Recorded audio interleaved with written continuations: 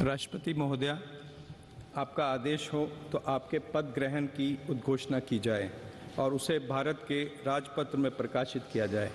इसकी सूचना प्रमुख सेना केंद्रों तथा विदेश स्थित सभी भारतीय मिशनों, राज्य सरकारों तथा संघ शासित प्रदेशों क्षेत्रों के प्रशासकों को भेजी जाए। भारत सरकार के सभी मंत्रालयों और विभागों को भी सूचना तथा आवश्यक आदेश जारी करने हेतु भेजा जाए।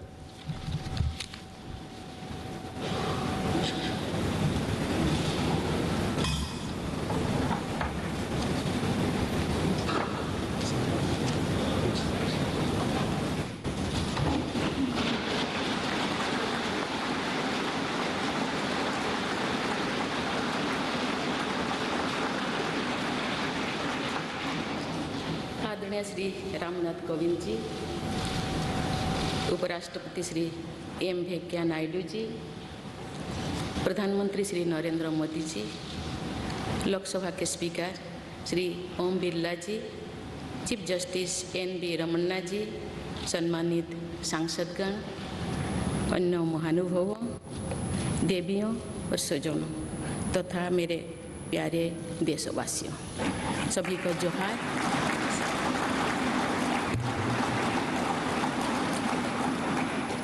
भारत के सर्वोच्च संवैधानिक पद पर निर्वाचित करने के लिए मैं सभी सांसदों और सभी विधानसभा सदस्यों का हार्दिक आभार व्यक्त करती हूँ।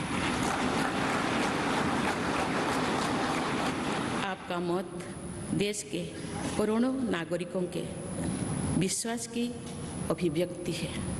मैं भारत के समस्त नागरिकों की आशा, आकांक्षा और अधिकारों की प्रतीक इस पवित्र संसद से सभी देशवासियों का पूरी विनम्रता से अभिनंदन करती हूँ।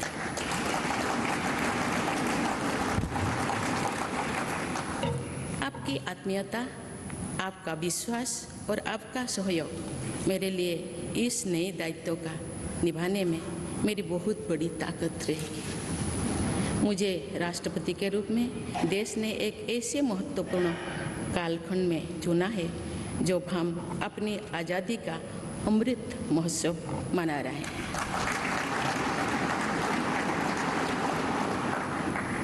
आज से कुछ दिन बाद ही देश अपनी स्वाधीनता के 75 वर्ष पूरी करेगा।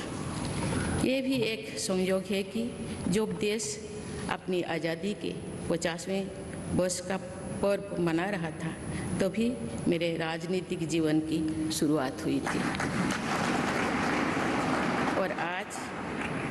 और आज आज़ादी के 75वें वर्ष में मुझे ये नया दायित्व मिला है।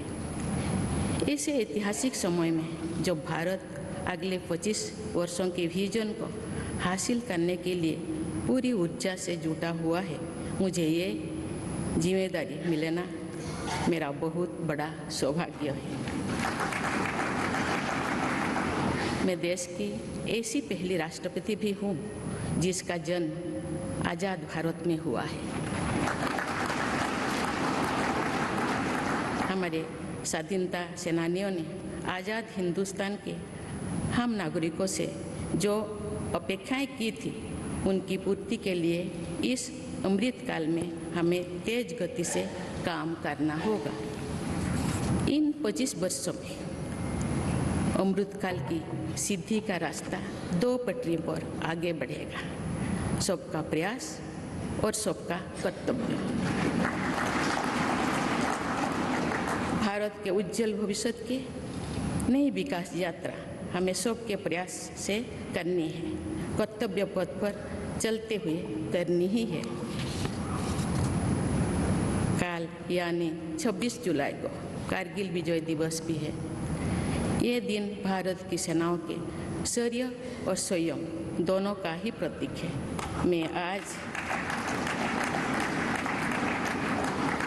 मैं आज देश की सेनाओं को तथा देश के समस्त नागरिकों को कारगिल विजय दिवस की अग्रिम शुभकामनाएं देती हूँ। देवियों और स्वजनों, मैंने अपनी जीवन यात्रा पूर्वी भारत में ओडिशा के एक छोटे से आदिवासी गांव से शुरू की थी। मैं जिस पृष्ठभूमि से आती हूँ, वहाँ मेरे लिए प्रारंभिक शिक्षा प्राप्त करना भी एक सपने जैसा ही था। लेकिन अनेक बाधाओं के बावजूद मेरा संकल्प दृढ़ रहा और मैं कॉलेज जाने वाली अपने गांव की पहली बेटी थी।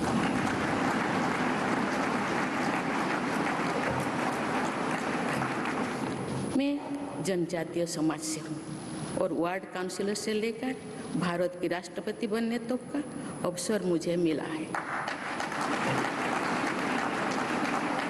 ये लोकतंत्र की जननी भारतवर्ष की महानता है।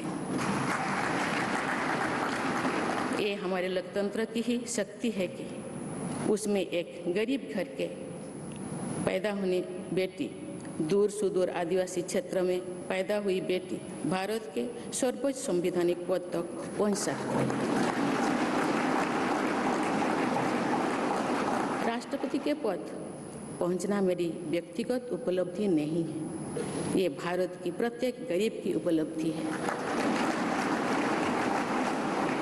मेरा निर्वाचन इस बात का सबूत है कि भारत में गरीब सपने भी देख सकता है और उन्हें पूरा भी कर सकता है।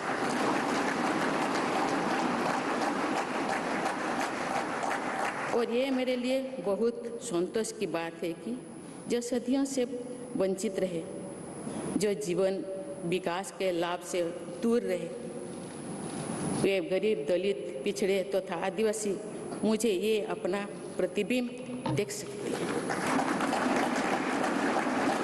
मेरे इस निर्वाचन में देश के गरीब व का आशीर्वाद शामिल है। देश की करोड़ों महिलाओं और बेटियों के सपनों और सामर्थ्य की झलक है। मेरे इस निर्वाचन में पुराने लीग से हटकर नए रास्ते पर चलने वाले भारत के आज के युवाओं का साहस भी शामिल है। ऐसे प्रगतिशील भारत का नेतृत्व करते हुए आज मैं खुद को गौरवान्वित महसूस कर रही हूँ। मैं आज समस्त देशवासियों को, विशेषकर भारत के युवाओं को तथा भारत की महिलाओं को ये विश्वास दिलाती हूँ कि इस पद पर कार्य करते हुए मेरे लिए उनके हित सर्वोपरि होंगे।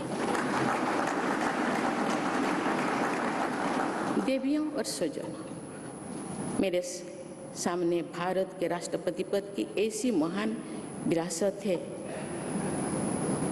जिसने विश्व में भारतीय लोकतंत्र की प्रतिष्ठा का निरंतर मजबूत किया है। देश के प्रथम राष्ट्रपति डॉक्टर राजेंद्र प्रसाद से लेकर श्री रामनाथ कोविंद जी तक अनेक विभूतियों ने इस पद को सुशोभित किया है। इस पद के साथ साथ देश ने इस महान परंपरा के प्रतिनिधित्व का दायित्व भी मुझे सौंपा है।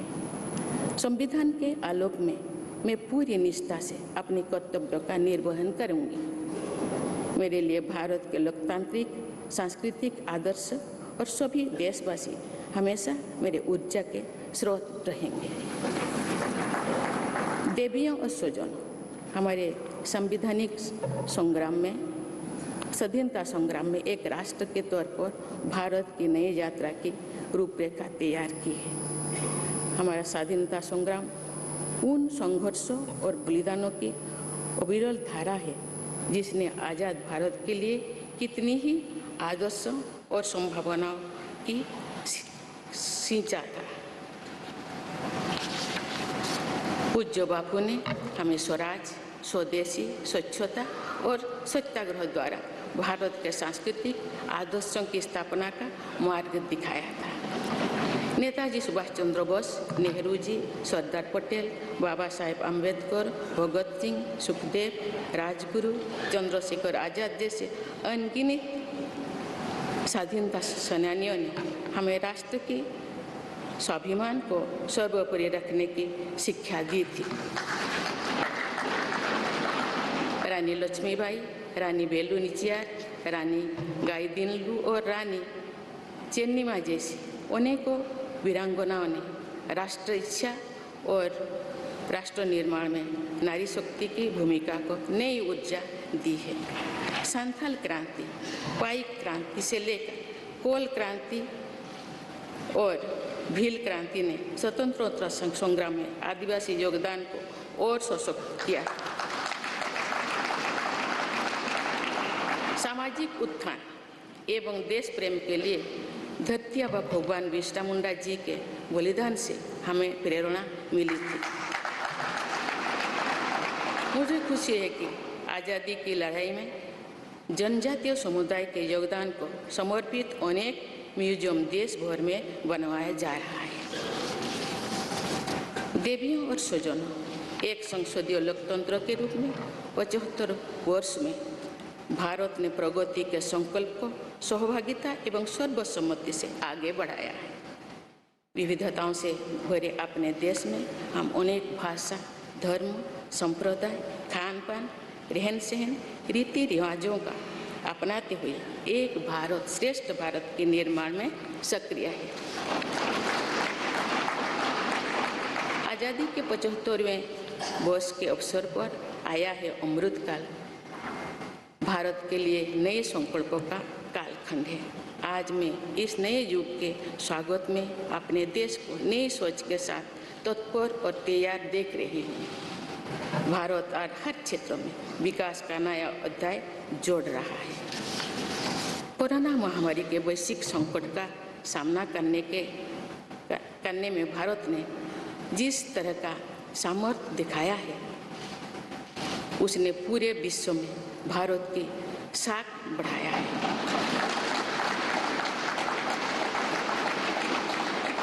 हम हिंदुस्तानियों ने अपने प्रयासों से न सिर्फ इस वैश्विक चुनौती का सामना किया, बल्कि दुनिया के सामने नए मापदंड भी स्थापित की।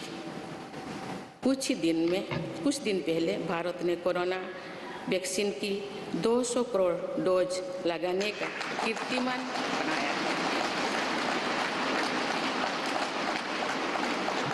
इस पूरी लड़ाई में भारत के लोगों ने जिस संयम, साहस और सहयोग का परिचय दिया, वो एक समाज के रूप में हमारी बढ़ती हुई शक्ति और संवेदनशीलता का प्रतीक है।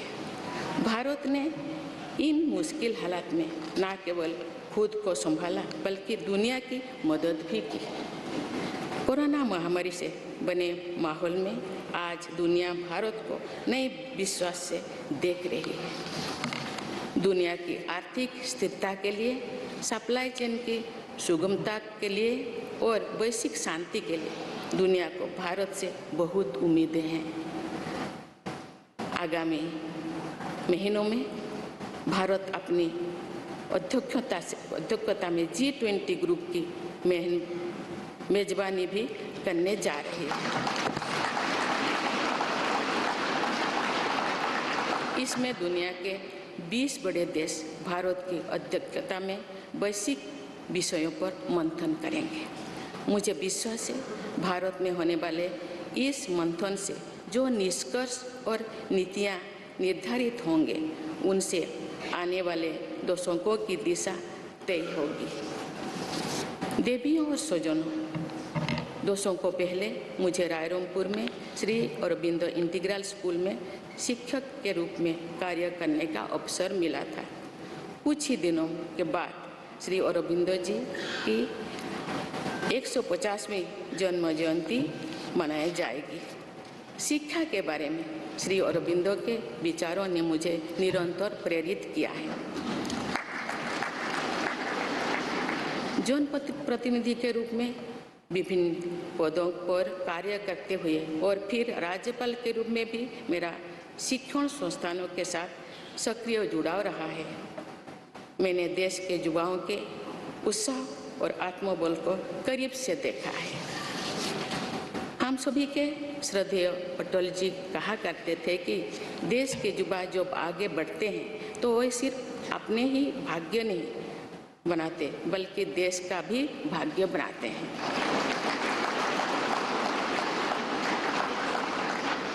आज हम इसे सोच होते देख रहे हैं। वोकल फॉर लोकल से लेकर डिजिटल इंडिया तक हर क्षेत्र में आगे बढ़ रहा आज का भारत विश्व के साथ कदम से कदम मिलाकर औद्योगिक क्रांति 4.0 के लिए पूरी तरह भारत तैयार है। रिकॉर्ड संख्या में बन रहे स्टार्टअप्स में नए नए इनोवेशंस में दूर सुदूर क्षेत्रों में डिजिटल टेक्नोलॉजी की स्वीकार्यता में भारत के युवाओं की बड़ी भूमिका है। बीती वर्षों में भारत ने जिस तरह महिला सशक्तिकरण के लिए निर्णय लिए हैं, नीतियाँ बनाई गई है, इससे भी देश में एक नई शक्ति का संचार हुआ है। मैं चाहती हूँ कि हमारी सभी बहनें व बेटियाँ अधिक से अधिक सशक्त हो तथा वे देश के हर क्षेत्र में अपना योगदान बढ़ाती रहें। मैं अपने देश के युवाओं से कहना चाहती हूँ कि आप न केवल अपने भविष्य का निर्माण कर रहे हैं बल्कि भविष्य के भारत की नींव भी रख रहे हैं। देश के राष्ट्रपति के तौर पर मेरा हमेशा आपको पूरा सहयोग रहेगा। देवियों और सुजों, विकास और प्रगतिशीलता का अर्थ निरंतर आगे बढ़ना होता है, लेकिन साथ ही अपने अतीत का ज्ञान भी उतना ही आवश्यक है। आज जो विश्व सस्टेनेबल प्लैनेट की बात कर रहे हैं तो उसमें भारत की प्राचीन परंपराओं, हमारे अतीत की सस्टेनेबल लाइफस्टाइल की भूमिका और बढ़ जाती है। मेरा जन्म तो उस जनजातीय परंपरा से हुआ है जिसने हजारों वर्ष से प्रकृति के साथ तालमेल बनाकर जीवन को आगे बढ़ाया है। मैंने जंगल और जलाशयों के महत्व को अपने जीवन में महसूस किया है। हम प्रकृति से जरूरी संसाधन लेते हैं और उतनी ही श्रद्धा से प्रकृति से सेवा भी करते हैं। यहाँ संवेदनशीलता का आज वैश्विक अनिवार्यता बन गया है। मुझे इस बात की प्रसन्नता है कि भारत पर्यावरण संरक्षण के क्षेत्र में विश्व का मार्गदर्शक बन रहा है। देवियों और स्वजन, मैंने अपने अब तक के जीवन में जौन सेवा में ही जीवन की सार्थकता को अनुभव किया है। श्री जगन्नाथ क्षेत्र के एक प्रख्यात कवि भीम भोई जी की कविता की एक पंक्ति है, मो जीवन पचे नर के पड़ी था जगत उद्धार।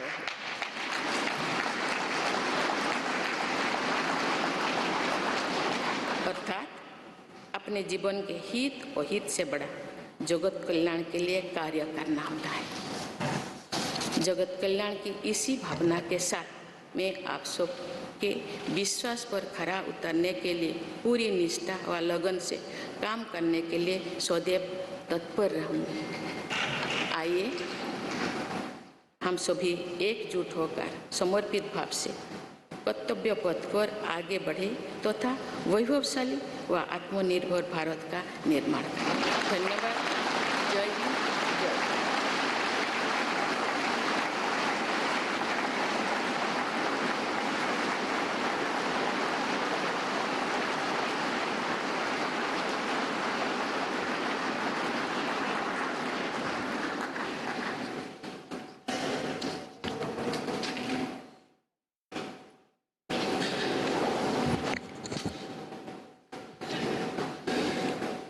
Honorable President, Srimati Draupadi Murmu ji, respected Sri Ramnath Kovind ji, Prime Minister Sri Narendra Bhai Modi ji, Speaker of Lok Sabha Sri Om Birla ji, Chief Justice of India Sri N.V. Ramana ji, respected parliamentarians, other dignitaries, brothers and sisters, and my dear fellow citizens, Namaskar. Madam President, you have just addressed the members of the Parliament. I wish to read a few paragraphs from the English version of the address, and the rest of rest may be considered as read in view of the time constraint. I express my heartfelt gratitude to all members of Parliament and legislative assemblies for electing me to the highest constitutional post of India. Brothers and sisters, we have to work at a fast pace in this Amrit Kal to fulfill the expectations of our freedom fighters from the citizens of independent India. In these 25 years, the path to attain the goals of Amrit Kal will proceed on two tracks, Sabka Prayas or Sabka Kartavya, everyone's efforts and everyone's duty.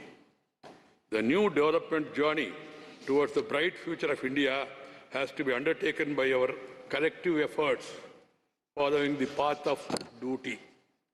We will be observing Kargil Vijay Divas tomorrow, July 26th.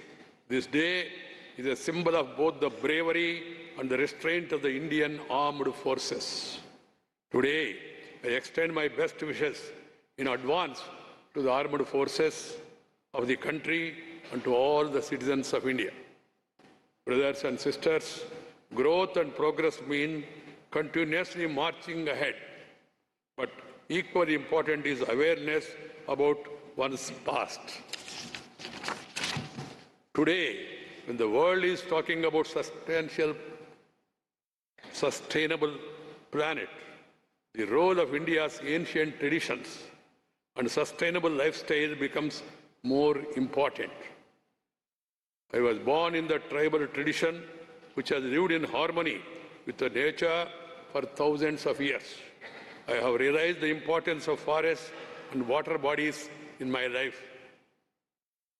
We take necessary resources from nature and serve nature with equal reverence. This sensitivity has become a global imperative today. I'm happy that India is guiding the world in the field of environmental protection. Brothers and sisters, in my life so far, I have realized the meaning of life only through public service. There is a line from the poem of Bhim Bhoi Ji, a famous poet of Sri Jagannath Kshetra. Mo jibana bacche, narke paditav, jagata uddar hev. That is, working for the welfare of the world is far greater than one's own interest. With the spirit of welfare of the world, it always be ready to work. All of us, with full devotion and dedication, to live up to the trust you all have reposed in me. Let us all unite and move forward on the path of duty with a dedicated spirit to build a glorious and self-reliant India. Thank you. Jai Hind.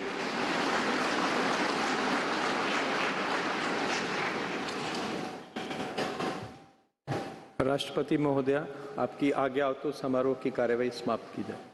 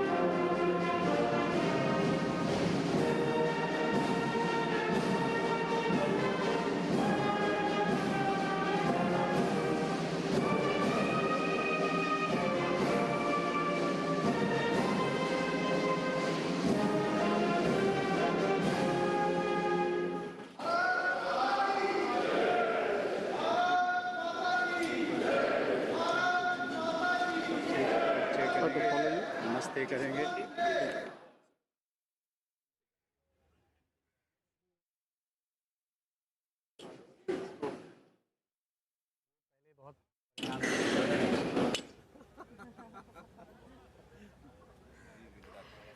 तो आखिरकार देश को 15वीं राष्ट्रपति के तौर पर द्रौपदी मुर्मू मिल चुकी हैं और अपने देश के नाम संबोधन में उन्होंने कहा कि मैं देश की ऐसी पहली महिला राष्ट्रपति हूं जिसका जन्म आज़ाद भारत में हुआ। मैं जनजातीय समाज से हूं और वार्ड काउंसिलर से लेकर भारत की राष्ट्रपति बनने तक का अवसर मुझे मिला। ये लोकतंत्र की जननी भारतवर्ष की महानता है। और इस संबोधन में उन्होंने ये भी कहा कि मेरे लिए बहुत संतोष की बात है जो सदियों से वंचित रहे, जो विकास के लाभ से दूर रहे, वो गरीब, दलित, पिछड़े और आदिवासी मुझ में अपना प्रतिबिंब देख रहे हैं। इसके अलावा उन्होंने करगिल विजय दिवस की अग्रिम शुभकामनाएं भी देश के जवानों को दी। मेरे लिए प्रारंभिक शिक्षा लेना सपने जैसा था, उन्होंने इस बात का जिक्र करा और वही जिक्र जो हम बार बार आप तक ये खबर पहुंचाने के लिए करते आए कि किस तरह से उनके लिए शिक्षा को हासिल करना बेहद मुश्किल रहा, लेकिन उन्होंने अपने सपने को कभी भी किसी मोड़ पर चकनाचूर नहीं होने दिया। बिल्कुल सबीना, और हम लोग लगातार इस बात का जिक्र भी कर रहे थे शपथ ग्रहण से पहले कि कितना मुश्किल सफर रहा होगा, और इस बात का जिक्र उन्होंने अपने संबोधन में कर दिया कि सबसे मुश्किल था शिक्षा लेना, और शिक्षा लेने के बाद शिक्षक के तौर पर बनना ये तो और ज्यादा कठिन रहा होगा, ये तो और ज्यादा टफ रहा होगा उनके लिए। और फिर लोगों को शिक्षित करना। जहां बहुत मुश्किल होता है लोगों को क्लास तक लाना, उनको शिक्षा देना, मगर उन्होंने किया। और आज देखिए उन्होंने शपथ ले लिया है और 15वीं राष्ट्रपति के तौर पर द्रौपदी मुर्मू ने अब से चंद मिनटों पहले शपथ लिया और उसके बाद उन्होंने संबोधन दिया देश के नाम, और तमाम बातों का जिक्र करते उन्होंने कहा कि आप देख सकते हैं कि उनके गांव से वो पहली महिला हैं जो यहां तक पहुंची हैं। शिक्षा को लेकर के वो काम लगातार उन्होंने किया है और वही तस्वीर आगे भी उनके लोग उम्मीद कर रहे हैं कि देखते और एक नए अध्याय की शुरुआत यहाँ पर अब हो चुकी है। वो नया अध्याय जो द्रौपदी मुर्मू ने यहाँ पर लिख दिया है और अभी अपने कार्यकाल के दौरान यहाँ पर लेना बाकी है। और साथ ही साथ उन्होंने ये भी कहा अपने संबोधन के दौरान कि भारत में अब गरीब तबका भी सपने देख सकता है। उन्होंने कहा कि ये लोकतंत्र की महानता है, ये लोकतंत्र की महानता है कि एक आदिवासी परिवार की बेटी को, एक आखिरी पंक्ति में मौजूद बेटी को इस तरह से राष्ट्रपति की भूमिका में अब यहाँ पर पूरा देश देखेगा। इसके लिए उन्होंने पूरे देश का शुक्रिया अदा भी किया, देशवासियों को धन्यवाद भी यहाँ पर किया और साथ ही बताया कि कितना मुश्किल भरा ये सफर था। उस संघर्ष का जिक्र किया जो हमने आप तक पहुंचाया, जिन निजी कहानियों के जरिए हमने आप तक पहुंचाया कि किस तरह से वो आम से बेहद खास बन गई और साथ ही मिसाल यहाँ पर कायम अब कर चुकी हैं। देखिए सबीना, जिस कठिन दौर की हम बात कर रहे थे, जिस कठिन परिश्रम की बात कर रहे थे, जिस कठिन संघर्षों की हम बात कर रहे थे, उसका जिक्र महामहिम ने अपने संबोधन में भी किया कि कैसे उन्होंने आगे बढ़कर तमाम दुश्वारियां झेलते हुए वो खुद आगे बढ़ी और यहाँ तक पहुंची हैं वो देश के सर्वोच्च पद पर। यही बार बार जिक्र हम लोग लगातार कर रहे थे। और जब आप उनके इस पूरे जीवन को देखेंगे, यहाँ तक के सफर को देखेंगे, शून्य से शिखर तक के सफर को देखेंगे, तो आपको ये महसूस होगा, आपको ये एहसास होगा कि कितना कुछ उन्होंने अपनी जिंदगी में किया है। कठोर परिश्रम की बदौलत वो यहाँ तक पहुंची हैं और आज उन्होंने शपथ लिया है। आगे की तस्वीर आप देखेंगे कि रामनाथ कोविंद जाएंगे, उनको राष्ट्रपति भवन तक छोड़ेंगे, वहां उनको नमस्ते करेंगे और फिर वो वापस होंगे और वो राष्ट्रपति भवन की तरफ चली जाएंगे, यानी राष्ट्रपति भवन में चली जाएंगे। क्योंकि ये पूरा का पूरा प्रोटोकॉल होता है जो अभी हमें तस्वीर देखने को मिलेगी। इस दौरान मुलाकातों का दौर भी चल रहा है क्योंकि प्रधानमंत्री वहां पर मौजूद हैं, तमाम मंत्री वहां पर मौजूद हैं, लोकसभा अध्यक्ष ओम बिरला वहां पर मौजूद हैं और साथ ही सीजेआई एनवी रामना वहां पर मौजूद हैं जिन्होंने शपथ दिलाई अब से चंद मिनट पहले। अब सबीना, एक बड़ी बात यह है कि हम वो तस्वीर देखेंगे जिसका इंतजार था कि वो राष्ट्रपति भवन में कब जाएंगे। हालांकि वो गई थी लेकिन स्वागत उनका हुआ था, रामनाथ कोविंद ने किया था। अब वो जब शपथ लेने के बाद जा रही हैं तो वो राष्ट्रपति के तौर पर जा रही हैं और रामनाथ कोविंद उनको वहां तक छोड़ेंगे और फिर वो वापस हो जाएंगे, वो राष्ट्रपति भवन में चले जाएंगे। और जैसा कि आपने शुरुआत में ही कहा था रंजीत कि ये शून्य से शिखर तक का सफर है, वो शानदार सफर है जो हर किसी के लिए मुमकिन नहीं होता। और देखिए, देश के नाम अपने पहले संबोधन में जिस तरह से राष्ट्रपति, नवनिर्वाचित राष्ट्रपति द्रौपदी मुर्मू ने यह बात कही कि गरीब तबका भी अब सपने देख सकता है, गरीब तबका भी अपने उस सपने को पूरा कर सकता है। ये बहुत बड़ी लॉ उन्होंने हर उस इंसान की जिंदगी में जगाई है जो खुद को आर्थिक तौर पर कमजोर होने के बाद सपने देखना छोड़ देता है या संघर्ष की राह पर आगे नहीं बढ़ पाता है। एक बड़ा संदेश उन्होंने अपने इस नाम, जो देश के नाम संबोधन दिया, उसमें देशवासियों को दिया। साथ ही साथ उन्होंने ये भी कहा कि किस तरह से आजाद भारत में जन्मी, वो देश की पहली महिला राष्ट्रपति हैं, जानती हैं वो कि उनका सफर किस तरह से महिला सशक्तिकरण को लेकर आगे बढ़ता हुआ दिखाई देता है, किस तरह से वो न सिर्फ एक मिसाल कायम करने वाली एक बहुत बड़ी शख्सियत इस वक्त बन चुकी हैं, बल्कि वो ये भी जानती हैं कि उनके एक एक शब्द अब राष्ट्र के जन जन तक पहुंचेंगे। इसलिए बेहद शानदार तरीके से उन्होंने अपने शब्दों को पूरा पिरोया और करोड़ों देशवासियों के सामने अंजीत यहां पर रखा, जिसके अपने आप में मायने यही है कि आज एक नए अध्याय की शुरुआत अब हो चुकी है इस वक्त से। बिल्कुल, ये नए अध्याय की शुरुआत हो चुकी है और जो नए अध्याय की शुरुआत हुई उसका गवाह ये पूरा देश बना। पूरे देश ने आज देखा कि कैसे सेंट्रल हॉल में ये पूरा का पूरा शपथ ग्रहण समारोह हुआ और गाड़ियों के निकलने का भी धीरे धीरे सिलसिला शुरू हो चुका है। अब से थोड़ी देर बाद पार्लियामेंट के सेंट्रल हॉल से द्रौपदी मुर्मू निकलेंगी और राष्ट्रपति भवन जाएंगी, जहां राष्ट्रपति भवन उनका इंतजार कर रहा है। क्योंकि ये खास मौका इसलिए भी है क्योंकि जब वो राष्ट्रपति पद की शपथ ले रही थी उसके बाद उन्होंने जो संबोधन दिया, उन्होंने तमाम अपने संघर्षों का जिक्र किया और उन्होंने इस बात का जिक्र किया कि लोकतंत्र की खूबसूरती है कि देश का कोई भी व्यक्ति सर्वोच्च पद पर पहुंच सकता है। हालांकि बार बार ये जिक्र किया जा रहा है कि वो ऐसी आदिवासी महिला है जो देश की पहली राष्ट्रपति बन रही हैं, लेकिन इस दौरान आदिवासी महिला होने के साथ साथ आप उनके संघर्षों को देखिए, आप उनके मेरिट को देखिए कि कैसे उन्होंने शिक्षक के तौर पर क्लर्क, फिर शिक्षक और फिर लगातार वो काम करती रहीं, कैसे उन्होंने काम किया और उसके बाद वो यहाँ तक पहुंची हैं। तो इसलिए ये जिक्र करना बेहद जरूरी है, जिसका जिक्र वो खुद कर रही थी कि ये लोकतंत्र की खूबसूरती है कि कोई भी सर्वोच्च पद पर पहुंच सकता है। जाहिर तौर पर उन्होंने प्रेरणा देने की कोशिश की है, सबीना, संदेश एक देने की कोशिश की है कि आने वाले वक्त में अगर समस्याएं आती हैं तो उससे निराश होने की जरूरत नहीं है, उससे सीखने की जरूरत है और आगे बढ़ने की जरूरत है। और जानती हैं बखूबी इस बात को द्रौपदी मुर्मू जानती हैं कि एक गरीब तबका, एक दलित तबका, आदिवासी तबका आज भी अपनी सुविधाओं के लिए, अपने अधिकार के लिए कहीं ना कहीं इस दौड़ में शामिल है।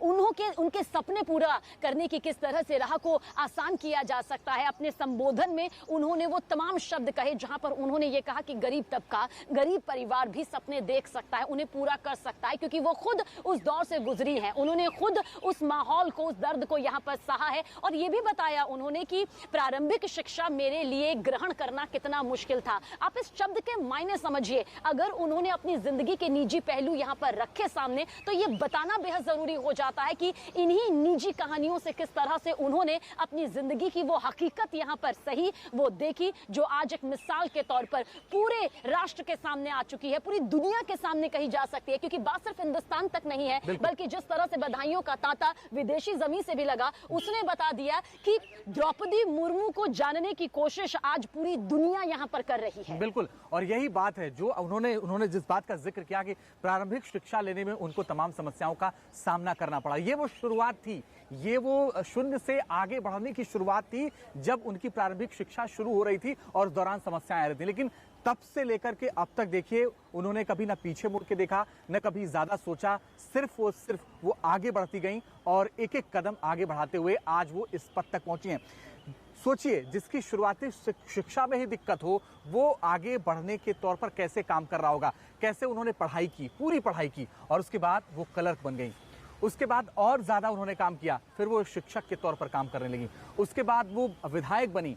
लेकिन इस दौरान हमने देखा है सबीना कि आप विधायक तो बन सकते हैं, उसमें कोई क्वालिफिकेशन मायने नहीं रखती, लेकिन उनकी क्वालिफिकेशन इसलिए मायने रखती है क्योंकि एक शिक्षक के तौर पर भी उन्होंने काम किया, लोगों को शिक्षा देने का काम किया। लिहाजा प्रारंभिक शिक्षा लेने में उनको समस्या तो हुई, लेकिन वो उस समस्या को लगातार जूझती रही, उस समस्या से और आगे बढ़ती रही और यही वजह रही कि वो शिक्षक भी बनी, क्योंकि पढ़ाई पूरी उन्होंने कंप्लीट की और उस जगह से उन्होंने पढ़ाई पूरी की जहां से, सोचिए कि जहां से शुरुआती शिक्षा लेने में दिक्कत होती हो, वहां पर बड़ी पढ़ाई कर लेना, शिक्षक बन जाना, ये अपने आप में बहुत मुश्किल है और हमने जो देखा वो तस्वीर बयां कर दी। देखिए, अपने उस गांव से, ओडिशा के मयूरभंज जिले में मौजूद उस छोटे से गांव से जहां पर दूर दूर तक किसी तरह की सुविधा नहीं रही, जिसमें शौचालय का अगर जिक्र करें तो ये अभिशप्त के तौर पर यहां पर हमेशा से नजर आया, जहां पर इंसानी जिंदगी को जीना सबसे मुश्किल रहा, जहां राजनीति से कोसों दूर किसी का ताल्लुक नहीं रहा। खासतौर से अगर ऐसे में उस समाज की बेटी ये सोचे कि मुझे चार दीवारी से बाहर निकलकर अपनी शिक्षा पूरी करनी है, मुझे प्रारंभिक शिक्षा के साथ माध्यमिक शिक्षा, उसके बाद उच्च शिक्षा के लिए रमा देवी विश्वविद्यालय तक यहाँ पर पहुंचना है। तो आप खुद सोचिए वो लड़ाई, वो संघर्ष कितनी बड़ी रही होगी, खुद से, समाज से, आर्थिक परिस्थितियों से, उन हालातों से जिनसे गुजरकर आखिरकार आज वो महामहिम के पद पर काबिज हो चुकी है, देश की नवनिर्वाचित राष्ट्रपति बन चुकी है, 15वीं राष्ट्रपति के तौर पर यहाँ पर सामने आ चुकी है। संघर्ष की कहानी यहाँ पर भी नहीं रुकी, अपने पति को, अपने जीवन साथी को खो दिया, अपने 2 बेटों को खो दिया, हालांकि उनकी एक बेटी भी है, लेकिन वो दर्द यहाँ पर सामने आया जिसमें डिप्रेशन में भी जाते जाते वो बची, या फिर यूं कहिए कि खुद को एक पल उन्होंने इतना मजबूत कर लिया अंजीत कि वो समझ गई कि ये निजी जिंदगी ही उन्हें अब समाज के लिए, देश के लिए अग्रसर करेगी। और कई बार ऐसा लगता है सबीरा कि ये वो कहानियां हैं, ये वो संघर्ष के पल हैं जिनको हम जानते हैं, हमने और आपने पढ़ा है, पूरा देश जिसको समझ रहा है। ऐसी बहुत सारी कठिन परिस्थितियां रही होंगी जिसको हम जानते भी नहीं है, जिसका शायद जिक्र भी नहीं होता है, जिसका जिक्र सिर्फ वही कर सकती हैं क्योंकि इन संघर्षों को उन्होंने जिया है, इस परिश्रम को उन्होंने किया है। और वो जब संबोधित कर रही थी शपथ लेने के बाद, तब उन्होंने कहा कि आप प्रतिबिंब देख सकते हैं हमारे अंदर कि कैसे हमने एक छोटे से गांव से उठ करके यहां तक का सफर तय किया। सोचिए वो वक्त कैसा रहा होगा जब वो पार्लियामेंट के सेंट्रल हॉल में शपथ ले रही थी राष्ट्रपति पद के लिए। उस दौरान उनके जहन में क्या क्या चल रहा होगा, और यही वजह है कि जब उनके जहन में सब चल रहा होगा तो जाहिर तौर से उनके अंतरात्मा की ये आवाज थी कि कोई भी इस देश में लोकतंत्र की खूबसूरती है कि कोई भी इस पद पर पहुंच सकता है, इस सर्वोच्च पद पर पहुंच सकता है, लेकिन उसे संघर्ष करना पड़ेगा, उसे वो जीवन जीना पड़ेगा जो संघर्ष द्रौपदी मुर्मू ने किया, जो जीवन द्रौपदी मुर्मू का था वो आसान नहीं था, वो अपने आप में बहुत बड़ी बात है। और यही वजह है कि शपथ ग्रहण जब हो रहा था उस दौरान वो जब सेंट्रल हॉल में संबोधित कर रही थी, उस दौरान उन्होंने तमाम बातों का जिक्र किया, शिक्षा को लेकर के जिक्र किया। जो सबसे बड़ी समस्या थी उनके जीवन में वो प्रारंभिक शिक्षा थी, यानी शुरुआती जीवन में ही जो उनको पढ़ाई करनी थी उसमें ही समस्या आई, और उसी को लेकर के आज वो जिक्र कर रही थी कि समस्या तो आई लेकिन समस्या से कभी वो घबराई नहीं, हमेशा से वो समस्या से लड़ती रही और आगे बढ़ती रही। और यही मामला है कि वो उड़ीसा से लेकर के उन्होंने दिल्ली के रायसीना हिल्स तक का सफर तय किया। और ये सफर कितना शानदार और संघर्ष भरा रहा, उसकी एक एक कड़ी हमने आप तक पहुंचाई, और उसको पहुंचाने का मकसद यही है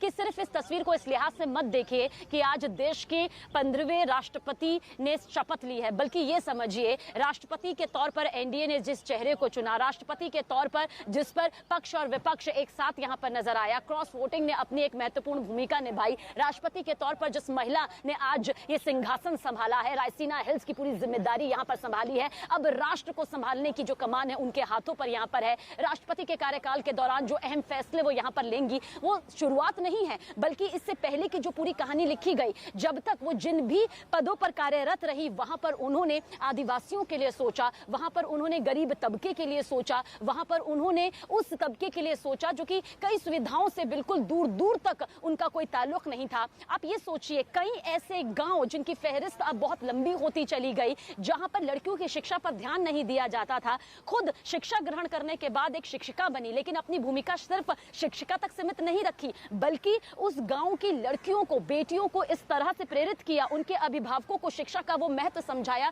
कि अब उन गांव में जो प्रतिशत है, बताया जाता है कि लड़कों से भी ज्यादा लड़कियों का हो गया है, यानी कि छात्र से भी ज्यादा जो प्रतिशत है वो छात्रों का सामने आ रहा है। ये कामयाबी आपको भले ही थोड़ी लगेगी, लेकिन देश का भविष्य कहे जाने वाली उस नींव को मजबूत करती हुई अंजित नजर आती है, जहां पर ये वो मिसाल है जिसे आज हर जन जन को समझना होगा। इसलिए हम कह रहे हैं कि इस तस्वीर को महज 15वें राष्ट्रपति के शपथ ग्रहण के तौर पर नहीं, बल्कि राष्ट्र की कमान एक ऐसी महिला के हाथ में लगी है जो वाकई गौरवान्वित करती हैं, जो वाकई मिसाल बनने के काबिल हैं। और ये बहुत यकीन के साथ कहा जा सकता है कि आज जिन्होंने भी सुना होगा द्रौपदी मुर्मू को राष्ट्रपति पद की शपथ लेने के बाद से, जाहिर तौर पर ये प्रेरणा है उन लोगों के लिए जो संघर्षों से पीछे हट जाते हैं, समस्याओं से घबरा जाते हैं, उनके लिए आज का दिन बेहद महत्वपूर्ण है। आगे की तस्वीर भी आपको बता दें कि अब से कुछ ही मिनटों बाद राष्ट्रपति भवन पहुंच जाएंगी द्रौपदी मुर्मू। राष्ट्रपति रामनाथ कोविंद उनको छोड़ेंगे और फिर वहां से वो वापस आएंगे। एक छोटा सा विदाई समारोह भी रामनाथ कोविंद का वहां पर होगा, वहां से वो वापस आ जाएंगे और फिर उसी राष्ट्रपति भवन में उनको छोड़ने के बाद वापस आ जाएंगे जो राष्ट्रपति भवन उनका इंतजार कर रहा है शपथ लेने के बाद, जहां पर वो जाएंगी।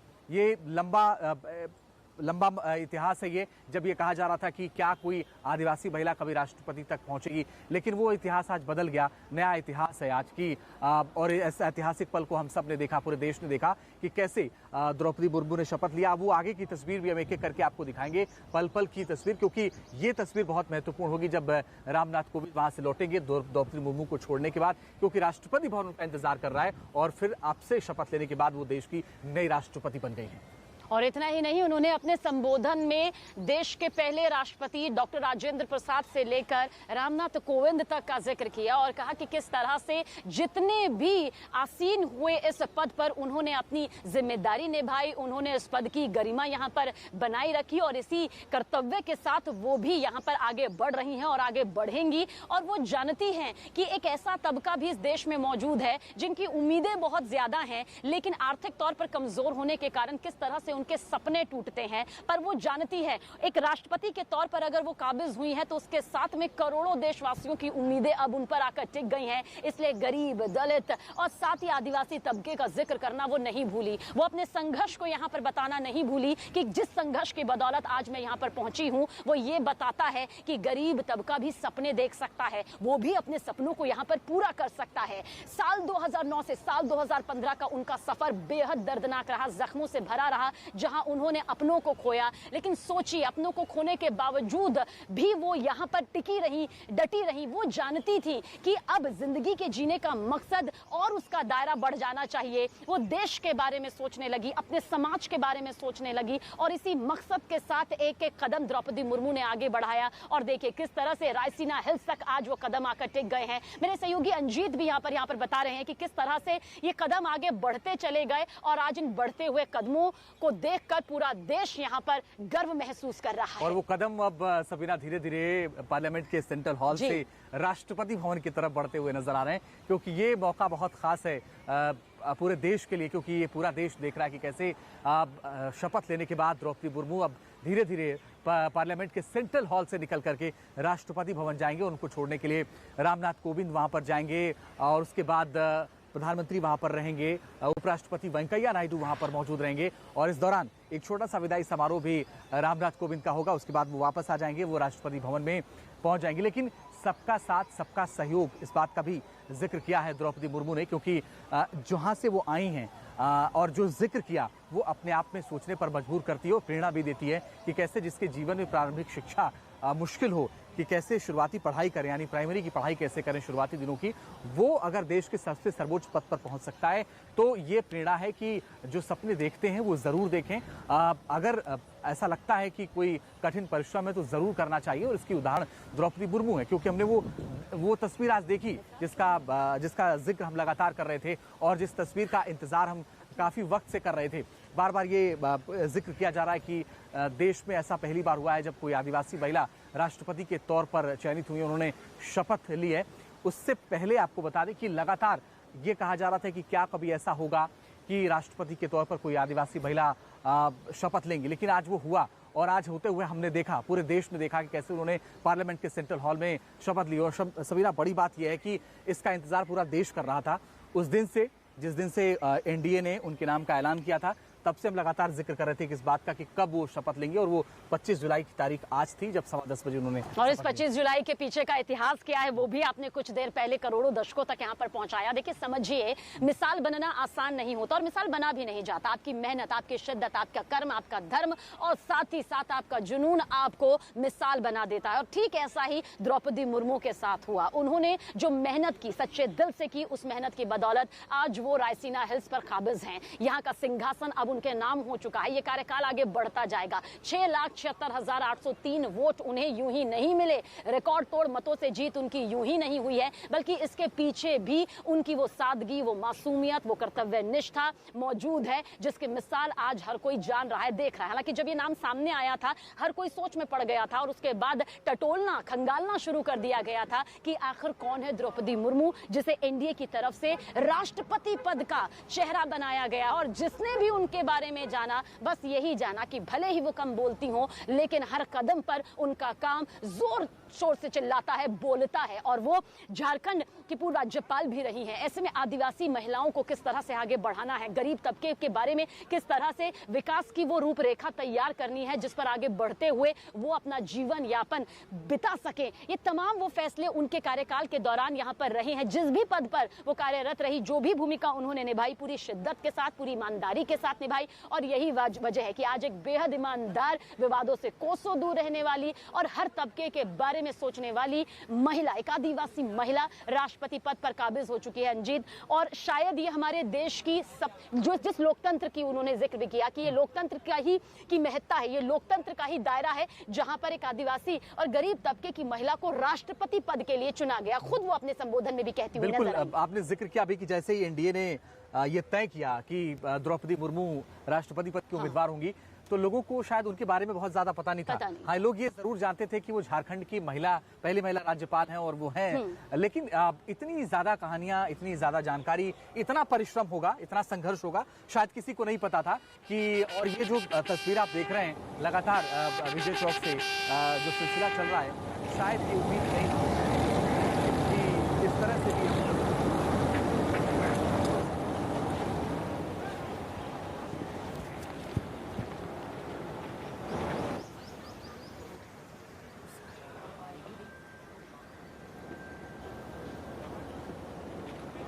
तो ये जो तस्वीर आप देख रहे हैं, ये धीरे धीरे अब पार्लियामेंट के सेंट्रल हॉल से राष्ट्रपति भवन की तरफ बढ़ता हुआ।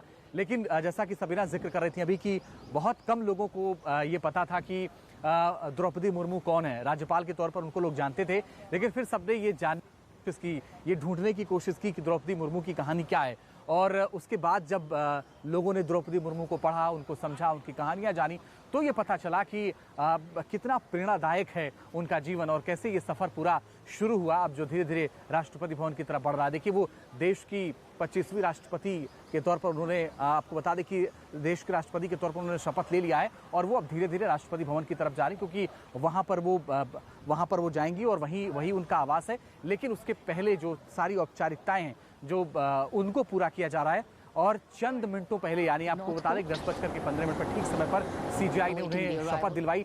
उसके बाद ये तय हो गया कि वो देश की पहली आदिवासी महिला राष्ट्रपति बनी हैं और धीरे धीरे ये जो औपचारिकताएं हैं वो पूरी की जा रही हैं। राष्ट्रपति भवन की तरफ बढ़ेंगी धीरे धीरे वो सेंट्रल हॉल से, और फिर उनको रामनाथ कोविंद वहां तक छोड़ने जाएंगे और फिर वो वहां से वापस चले आएंगे। एक छोटा सा विदाई समारोह का कार्यक्रम भी वहां पर होगा।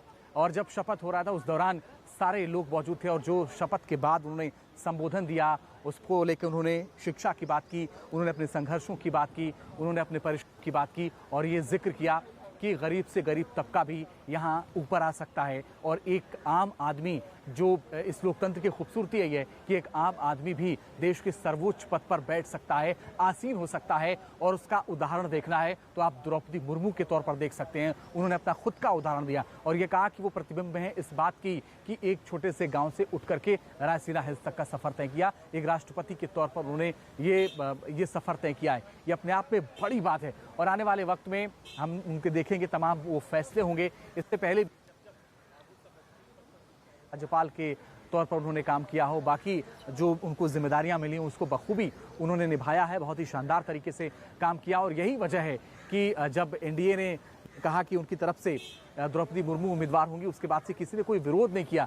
और सबीना, बड़ी बात यह है अपने आप में कि जो बात आज हम जिक्र कर रहे हैं लगातार कि ये जो सफ़र है वो रायसीना हिल्स की तरफ धीरे धीरे लगातार बढ़ता जा रहा है और इसी का इंतजार, देखिए इंतजार वो तब खत्म होगा जब द्रौपदी मुर्मू रायसीना हिल्स पहुंच जाएंगी, राष्ट्रपति भवन में प्रवेश कर जाएंगी दोबारा। तो 20 जून 1958 को जब ओडिशा के मयूरभंज जिले में के बैदीपोरा गांव में जन्म हुआ उनका, तब किसी ने नहीं सोचा था कि एक दिन उस गांव की बेटी जाएगी और रायसीना हिल्स पर कि जो उसका जो सिंहासन है उस पर इस तरह से काबिज होगी कि हर किसी के लिए आज वो एक मिसाल कायम कर देगी। क्योंकि जिस गांव में उनका जन्म हुआ, जिस परिस्थितियों में, जिन हालातों में उन्होंने अपनी पढ़ाई पूरी की, जिस तरह से विवाह के बंधन में तो वह बंधी, लेकिन दर्द का जो पहाड़ उन पर टूटा, उन सब से उभरना, उन सब से हालातों का सामना करते हुए आगे बढ़ना, वो हर किसी की काबिलियत में शामिल नहीं होता। लेकिन द्रौपदी मुर्मू ने उस दर्द को भी ताकत बना लिया, और ताकत भी ऐसा बनाया कि देखिए आज किस तरह से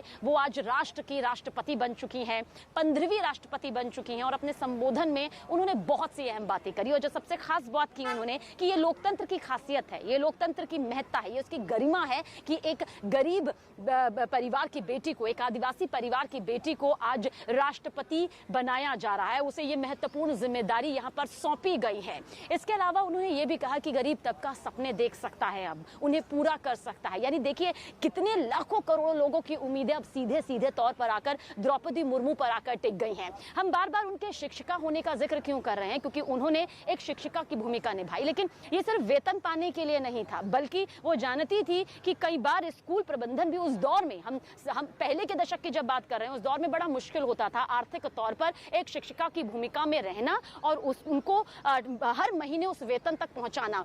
ऐसे में उन्होंने बिना वेतन भी काम किया, लेकिन छात्रों को पढ़ाने में कोई कोर कसर उन्होंने कभी नहीं छोड़ी। यही वजह है कि वो हमेशा से ये कहती रही कि ये छात्र देश का भविष्य है और मैं चाहती हूँ कि ये भविष्य मजबूती के साथ आगे बढ़े। वो ये भी कहती थी कि मैं इस कदर पढ़ाना चाहती हूँ कि किसी बच्चे को कभी ट्यूशन लेना ना पड़े, क्योंकि वो जानती है पढ़ाई करना, उसके बोझ को यहाँ पर आर्थिक तौर पर सहना और फिर अलग से जाकर ट्यूशन पढ़ना, उसके आर्थिक बोझ को सहना एक गरीब परिवार के लिए, एक आदिवासी परिवार के लिए, जहाँ पर अपने घर से बच्चे पढ़ाई के लिए निकाले भी नहीं जा पाते हैं, जिंदगी जो रोजमर्रा की है उनकी थमती नजर आती है। ऐसे में सोचिए ये बड़े फैसले बहुत बारीकी तौर पर उन्होंने यहाँ पर लिए और शिक्षिका की भूमिका उन्होंने बखूबी यहाँ पर निभाई। उसके बाद जैसा कि मेरे सहयोगी अंजीत भी बता रहे थे, क्लर्क की भूमिका में वो आई, फिर धीरे धीरे उनका सियासी सफर जिस तरह से शुरू हुआ, जिस तरह से उन्होंने सियासत में कदम रखा, ये वो जानती थी कि सियासत में कदम रखना और उस कदम को मजबूती के साथ यहाँ पर जमाना, साथ ही उस चमक दमक से खुद को दूर रखना कितना मुश्किल हो सकता है। लेकिन हर मुश्किलों का सामना करते हुए द्रौपदी मुर्मू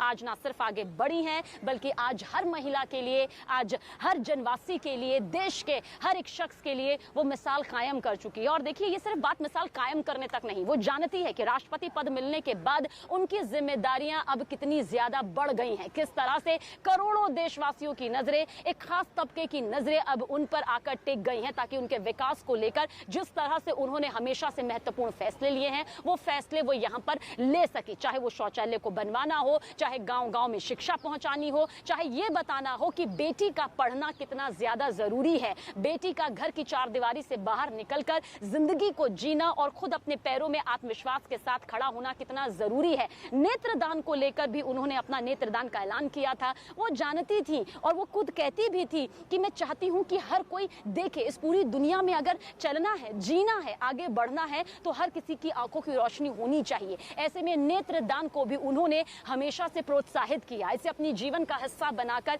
एक बड़े लक्ष्य के तौर पर हमेशा से आगे रखा। और आज देखिए ये जो तस्वीरें आप देख रहे हैं, इसके पीछे उनकी निजी जिंदगी, उनके सियासी सफर को बहुत बारीकी से हम आप तक पहुंचा रहे हैं, समझाने की कोशिश कर रहे हैं। और इसे समझना इसलिए जरूरी हो जाता है ताकि ये सिर्फ तस्वीर आप महज इसलिए ना देखें क्योंकि आज हिंदुस्तान का, भारत का जो 15वां राष्ट्रपति है उसने शपथ ली है, बल्कि राष्ट्रपति पद की शपथ अगर किसी ऐसी महिला ने ली है जो द्रौपदी मुर्मू है, जिन्होंने मिसाल कायम नहीं की है बल्कि वो खुद ब खुद हर किसी के लिए मिसाल बन गई। जब उनकी निजी जिंदगियों से जुड़े संघर्ष की कहानी हर किसी ने सुनी, जब समझा कि किस तरह से साल 2009 से 15 में उन्होंने वो दर्द झेला, सियासत में भी आई, कई उतार चढ़ाव यहाँ पर भी उन्होंने देखे, लेकिन द्रौपदी मुर्मू हमेशा से कहती थी ये जिंदगी है, यहाँ कठिनाइयां आती रहेंगी और कठिनाइयों के बीच में से कोई आपको धक्का देकर आगे नहीं बढ़ाएगा, बल्कि आपको खुद अपने कदम आगे बढ़ाने होंगे। और ये उन्होंने अपने निजी जीवन के संघर्ष से सीखा और यही संघर्ष मेरे सहयोगी अंजीत भी आपको बता रहे थे। देखिए आज राष्ट्रपति पद को लेकर हर किसी की जुबान पर क्यों नाम यहाँ पर आ रहा है द्रौपदी मुर्मू का। द्रौपदी मुर्मू के नाम के आने के पीछे की कई वजह है। देखिए सबसे पहले तो वजह यह आती है कि देश की दूसरी महिला राष्ट्रपति वो है, पहली प्रतिभा पाटिल थी, लेकिन एक आदिवासी महिला के तौर पर जिस तरह से वो काबिज हुई, अपने आप में ये कहानी बिल्कुल। और आज जिन तमाम बातों का जिक्र किया है द्रौपदी मुर्मू ने, वो जरूर हम आपके सामने रखना चाहेंगे, क्योंकि वो एक एक बात एक संदेश के तौर पर है, एक प्रेरणा के तौर पर है। जब उन्होंने शपथ ली और उसके बाद जब उनका संबोधन था, उन्होंने कहा कि पिछड़े और आदिवासी मुझ में अपना प्रतिबिंब देख रहे हैं। सोचिए कितनी बड़ी बात। उन्होंने कहा कि मेरे लिए संतोष की बात है कि जो सदियों से वंचित रहे, जो विकास के लाभ से दूर रहे, वे गरीब, दलित, पिछड़े और आदिवासी मुझ में अपना प्रतिबिंब देख रहे हैं। मेरे इस निर्वाचन में देश के गरीब का आशीर्वाद शामिल है। देश की करोड़ों महिलाओं और बेटियों के सपनों और सामर्थ्य की झलक है। ये बातें एक संदेश हैं, ये बातें एक मैसेज हैं उन लोगों के लिए जो आगे आना चाहते हैं। उन्होंने साफ साफ जिक्र किया कि मैं एक छोटे से गांव से आती हूं। उन्होंने कहा कि मैं छोटे से गांव से आती हूं, वहां प्राथमिक शिक्षा हासिल करना भी कठिन है। मैं इस स्तर तक शिक्षा पाने वाली पहली व्यक्ति हूं।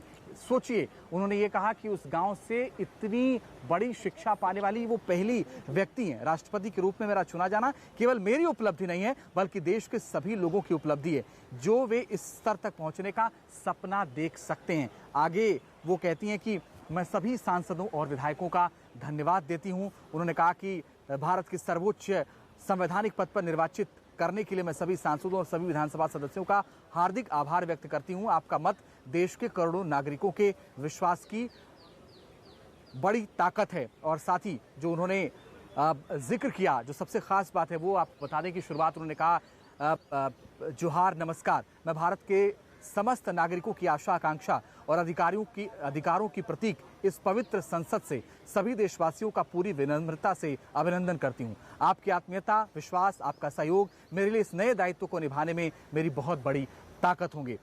आगे उन्होंने कहा कि स्वतंत्र भारत में जन्म लेने वाली मैं पहली राष्ट्रपति हूं, यानी आज़ादी के बाद जन्म हुआ द्रौपदी मुर्मू का और वो राष्ट्रपति बन रही हैं, इसका भी जिक्र उन्होंने किया। उन्होंने कहा कि मेरा सौभाग्य है कि मुझे स्वतंत्रता के 75वें वर्ष में सेवा करने का अवसर मिला है। मैं स्वतंत्र भारत में जन्म लेने वाली पहली महिला राष्ट्रपति हूं।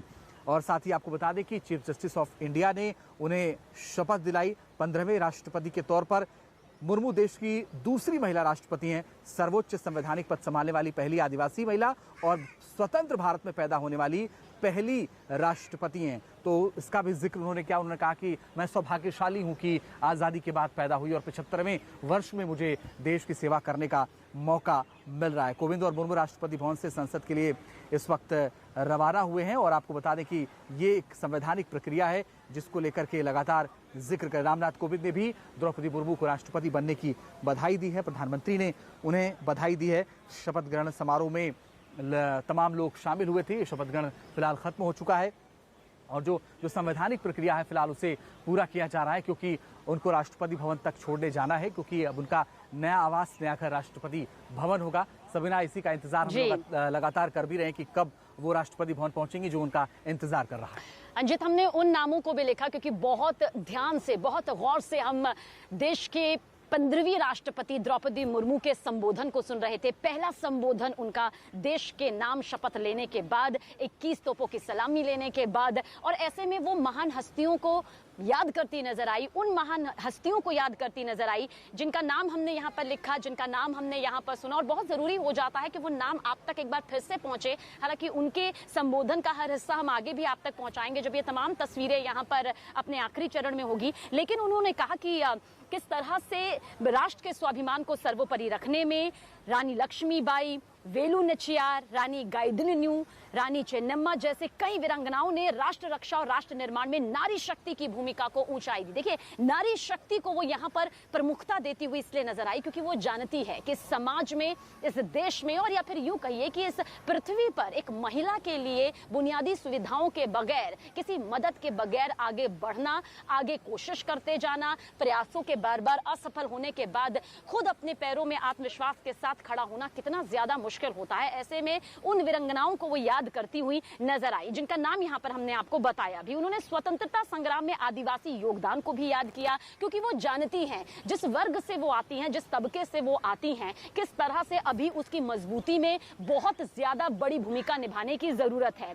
अपने संबोधन में उन्होंने कहा कि स्वतंत्रता संग्राम को आदिवासी योगदान ने सशक्त किया है, यानी कि आदिवासी योगदान सशक्तिकरण में अपनी महत्वपूर्ण भूमिका निभा चुका है। सामाजिक उत्थान, देश प्रेम के लिए लिए धरती आबा भगवान बिरसा मुंडा जी के बलिदान को भी उन्होंने यहाँ पर याद किया अपने संविधान में कि ये वो बलिदान रहे, ये वो हस्तियां रही, ये वो स्वतंत्रता सेनानी रहे जिनके बलिदान की बदौलत आज हम आजाद भारत में चैन की सांस ले पा रहे हैं। इसके अलावा उन्होंने कहा कि जिस तरह से भारत 75 वर्षों में प्रगति के संकल्प और सहभागिता को लेकर आगे बढ़ रहा है, उसमें वो अपनी महत्वपूर्ण भूमिका आगे भी निभाएंगी। ये भी उन्होंने कहा कि हम अनेक भाषा, धर्म, संप्रदाय, खान पान, रहन सहन में अपनी एक भूमिका निभाते हैं और श्रेष्ठ भारत में अपनी एक सक्रिय भूमिका यहाँ पर निभाते हैं। देखिए, ये संबोधन सिर्फ संबोधन नहीं था, इस संबोधन के पीछे का एक एक शब्द अगर आप बहुत गौर से सुनेंगे तो उन्होंने लोकतंत्र की महत्ता समझाई। उन्होंने लोकतंत्र का जो विस्तृत दायरा है वो आज करोड़ों देशवासियों के सामने रखा। उन्होंने स्वतंत्रता सेनानियों को याद करके ये बताया कि किस तरह से हर वर्ग की, हर तबके की महत्वपूर्ण भूमिका रही है, जिसे याद करना, जिसे शत शत प्रणाम करना बेहद जरूरी है। इसके अलावा उन्होंने ये भी बताया कि हर गरीब को सपने देखने का हक है, हर गरीब का सपना यहाँ पर पूरा हो सकता है अगर वो संघर्ष की इसी राह पर यूं ही आगे बढ़ता रहेगा। वो जानती हैं कि अभी भी ऐसी बहुत सारी चुनौतियां मौजूदा वक्त में देश के सामने मौजूद है, जिनसे पार पाने के लिए आगे बढ़ना और एकजुटता सबसे बड़ी जरूरत है। किस तरह से उस सपने को पूरा किया जा सकता है, उनके संबोधन के एक एक शब्द से ये झलकता हुआ नजर आया। और शायद यही वजह है कि आज द्रौपदी मुर्मू का देश के नाम ये पहला संबोधन यादगार रहा, ऐतिहासिक रहा। हर एक शब्द के ऐसे मायने रहे जिसके जरिए कहा जा सकता है कि वो ये समझ चुकी हैं कि किस तरह से महामहिम का ये पद आज उनके पास है और इस पद में जो कार्यकाल उन्हें निभाना है, कौन कौन सी चुनौतियां हैं, कौन कौन सी वो बड़ी जिम्मेदारियां हैं जिन्हें निभाते हुए वो आज आगे बढ़ती हुई दिखाई देती हैं। बिल्कुल, और एक अलग अलग तरीके से हम अगर जिक्र करें तो तमाम सारे रिकॉर्ड भी आज बने हैं। उन सारे रिकॉर्ड के बारे में भी आपको बताते हैं कि कैसे 5 जो महत्वपूर्ण सबसे रिकॉर्ड हैं वो आपको बताते हैं। देखिए, देश की पहली आदिवासी राष्ट्रपति हैं, ये अपने आप में एक रिकॉर्ड है जिन्होंने शपथ ली है। और साथ ही आपको बता दें कि देश में सबसे युवा राष्ट्रपति के पद पर भी शपथ ली है द्रौपदी मुर्मू ने। दूसरा रिकॉर्ड है। तीसरा रिकॉर्ड ये है कि आज़ाद भारत में पैदा होने वाली राष्ट्रपति हैं जिन्होंने शपथ ली है। और अपने संबोधन में भी इस बात का जिक्र किया उन्होंने कहा कि मैं सौभाग्यशाली हूं कि स्वतंत्र भारत में मैं पैदा हुई, यानी 47 के बाद मैं पैदा हुई। साथ ही इस बात का भी जिक्र उन्होंने किया कि वो सौभाग्यशाली इस बात को लेकर के भी हैं कि 75वें साल में, आज़ादी के 75वें साल में उन्हें देश सेवा का ये मौका मिल रहा है। साथ ही ओडिशा से पहला कोई राष्ट्रपति बना है जो द्रौपदी मुर्मू के तौर पर है जिन्होंने शपथ ली है। और 5वां आपको बता दें, राष्ट्रपति बनने वाली पहली पार्षद हैं जिन्होंने शपथ ली है। तो अलग अलग जो रिकॉर्ड हैं वो भी हम आपको लगातार बता रहे हैं कि 5 ऐसे रिकॉर्ड द्रौपदी मुर्मू के नाम जब उन्होंने शपथ लिया। मैं द्रौपदी मुर्मू ईश्वर की शपथ लेता हूँ कि ईश्वर की शपथ लेती हूँ कि मैं श्रद्धापूर्वक भारत के राष्ट्रपति पद का कार्यपालन करूंगी तथा अपनी पूरी योग्यता से संविधान और विधि का परिरक्षण, संरक्षण और प्रतिरक्षण करूंगी।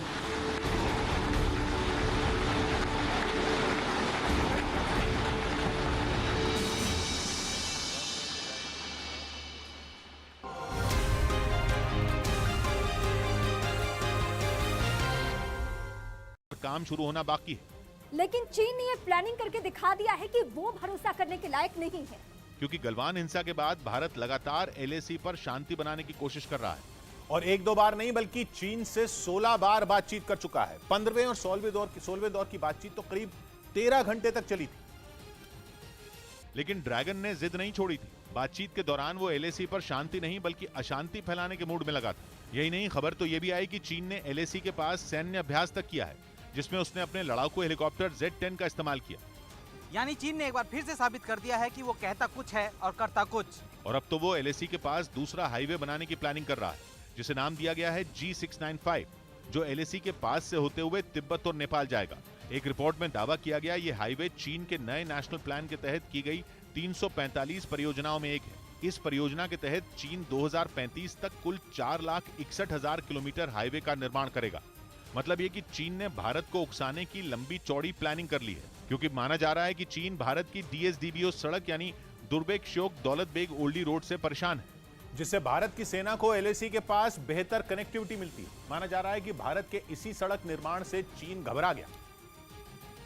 और उसने भारत की DSDBO सड़क के जवाब में LAC के पास G695 हाईवे बनाने की तैयारी कर ली है। DSDBO सड़क भारत के सीमावर्ती इलाकों